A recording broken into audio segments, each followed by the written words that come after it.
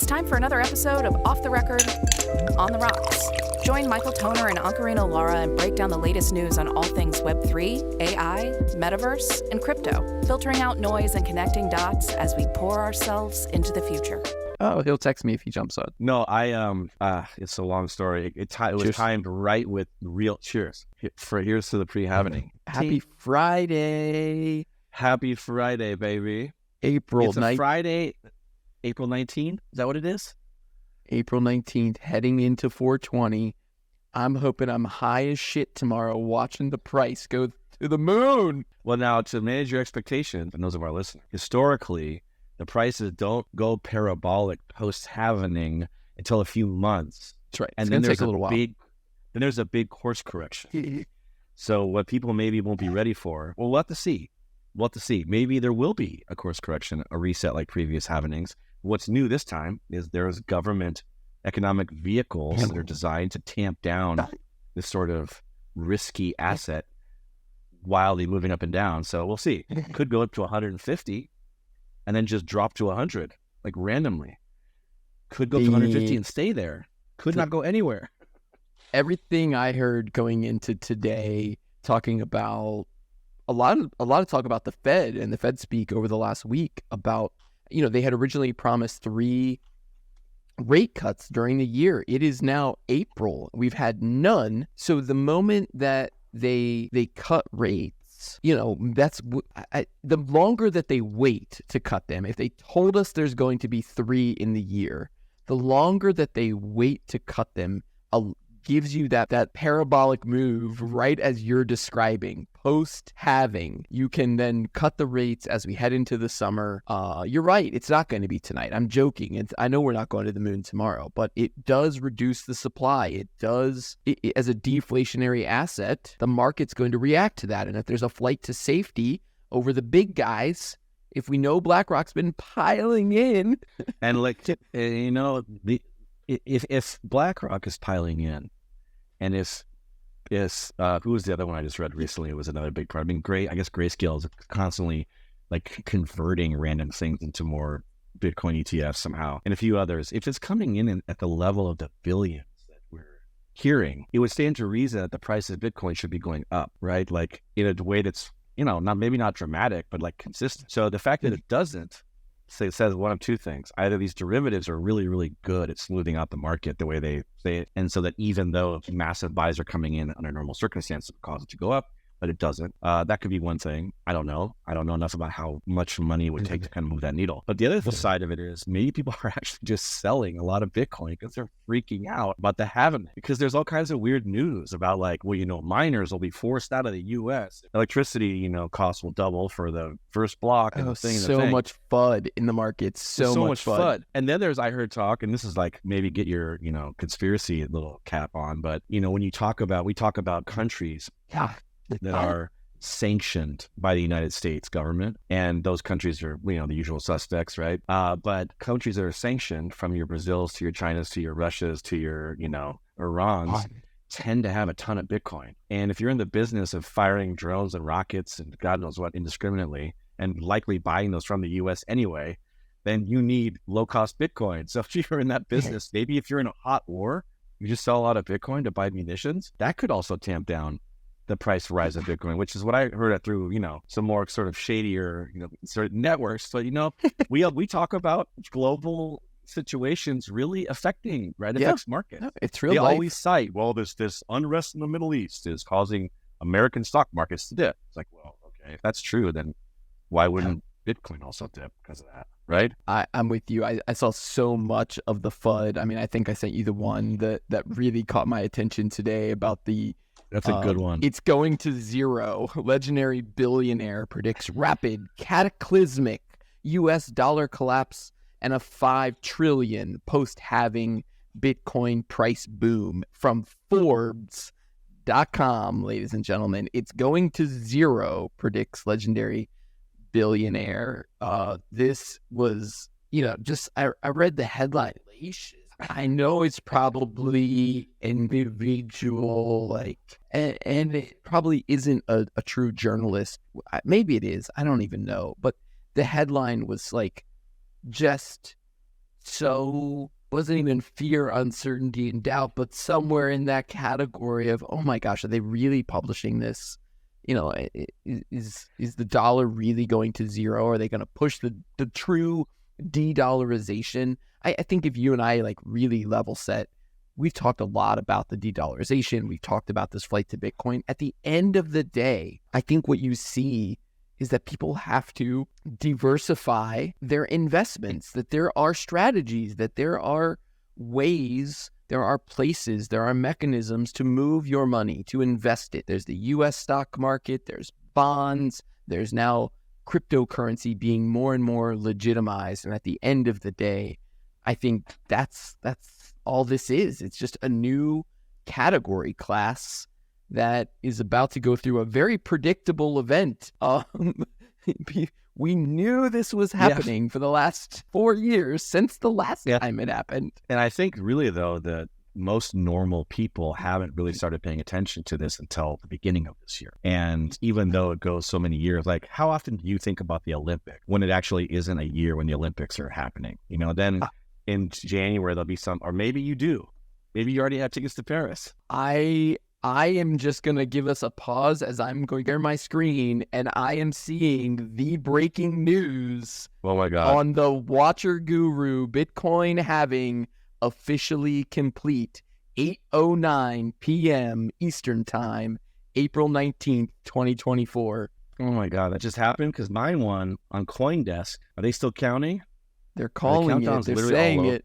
Everyone's calling it? Oh my God, there were three were so off. The ones on Coin Market Cap were off of Watcher Guru. They're saying that this was the block height of 840,000 completed and mined at 8:09 p.m. in real. So I still have on NiceHash. I got 9 more minutes. Like it's not. They're not all calling it. Are you giving it a FUD? Are you? I'm screen sharing now. Right. I just refreshed. I see what you're showing, but there's another screen that I'm looking at that shows the blocks haven't come. Oh, this is great. This is absolutely terrific. No, on the screen share, as I refresh, look, it went from complete to 1 minute remaining, 1 block. See, so I don't know. I'm gonna try one of the off-brand ones. Let's go check the chain. How about this? They say if they say it's done. How can they? I mean, if everyone's looking at the chain, how is it that these guys can't actually just say when it is? That's the part that's so bizarre. Okay, NiceHash is now saying it's done just now, and it says it was exactly on the nose 12 UTC. That's kind of crazy. It completed its 12th year, and it was on 12 UTC. Oh no. I feel like someone reset that clock. Well, it's completed. I'm seeing if Watcher Guru is calling breaking officially complete, I think we'll get the official date stamp. And my guess is, not the guess, but given that it's a decentralized network and it has to move through all of the nodes in order to validate the chain, I'm sure it does take until it passes through a majority of a node in order to actually define what the date stamp was of that node. That makes sense to me. We're here, but I'm saying we jumped on at the right moment. I just felt it. I felt the energy. I was like, let me pour another glass of wine. Happy wine. Happy wine. Happy wine. Happy Friday. I mean, look, Watcher Guru has already posted on X claiming that they had the timestamp with 5:09 or 8:09 your time. It's interesting. I mean, everyone's going to have a breaking, happening complete timestamp tweet /X post. We'll get the official explanation, but let's watch what's happening here over the next couple of minutes as we go post halving. That's right. And it's also Friday, which is always weird. Of like the people forget this is another really important component of blockchain and decentralized networks. Is Wall Street's gone home. It's Friday at 8. Even the guys, even the aftermarket traders, even the derivatives guys who are doing the dirty work till 8-9 p.m. They're going home. It's Friday night. Tomorrow's 420. But the blockchain market does not shut down. The 24/7, 365 distributed marketplace will continue to trade 24/7 from here until the end of eternity, till the end of mankind. I mean, think about that for a moment. But for the next weekend until Monday, when everybody else shows back up, and I'm feeling the end of April. I watched a lot of legislation coming out of Capitol Hill today. I saw a new renewed interest in the Gillibrand bill being reintroduced today. Wow. That's good timing. Yeah, of course it is. It gives them Good something Friday. to talk about. It's not Good Friday. That was a couple weeks ago. I'm kidding. No, I say no. It's just that it's It's on a Friday. No one's gonna know. And plus, you got Taylor Swift dropping a double album. I like this take. I like this. I mean, it's a predictable event. She knew. It's like an eclipse, but better. And you make it digital because you're all about fractional ownership and ownership. It's like perfect to what you were saying. You were just spot on that.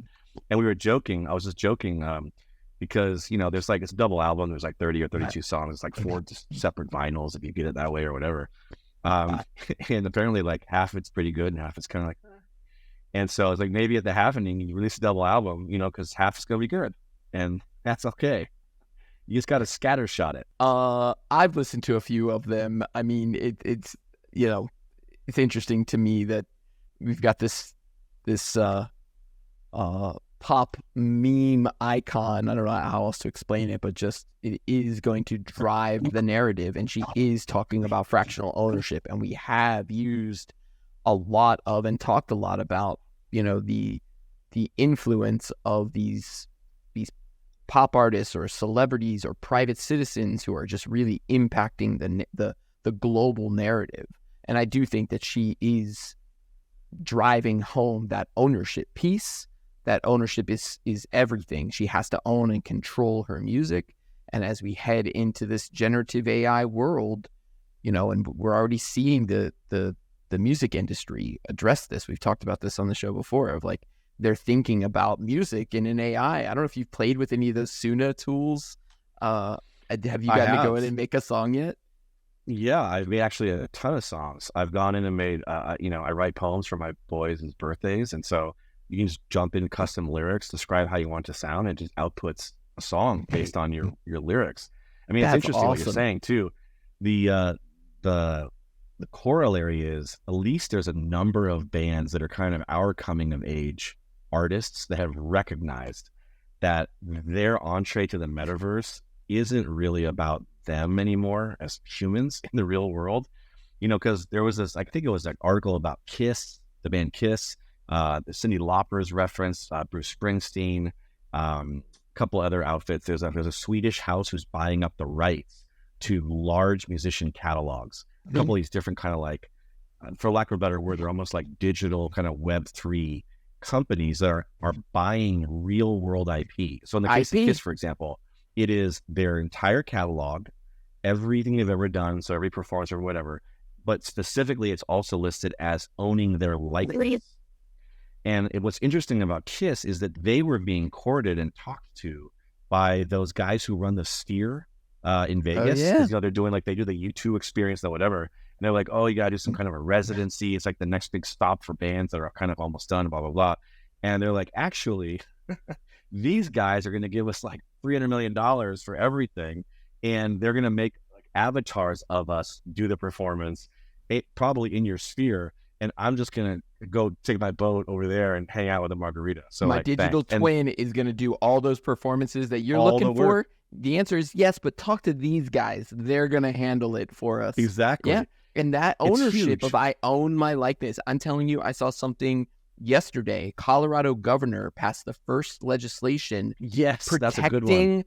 Protecting brainwaves and the ownership of brainwaves. And when you just said, I write poems for my son or for my kids, you have an idea. Even if you're prompting the AI, but if you went from I'm going to decide to write a poem to typing my fingers on the screen to then copying and pasting that into the latest AI tool to generating a sound bed song, you, Ankarino, should own that song.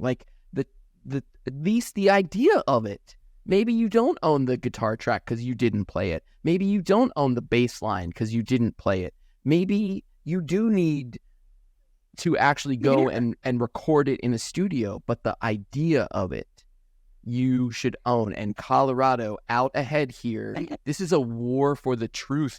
This is a war for the origin of ideas. Where are they coming It's- from, and who are they coming from? Are they coming from humans, or are they coming from the AI? That is where we are going. And the great irony of that is the only way that we will be able to police and know. Because in your example, I actually would say that I own all of it.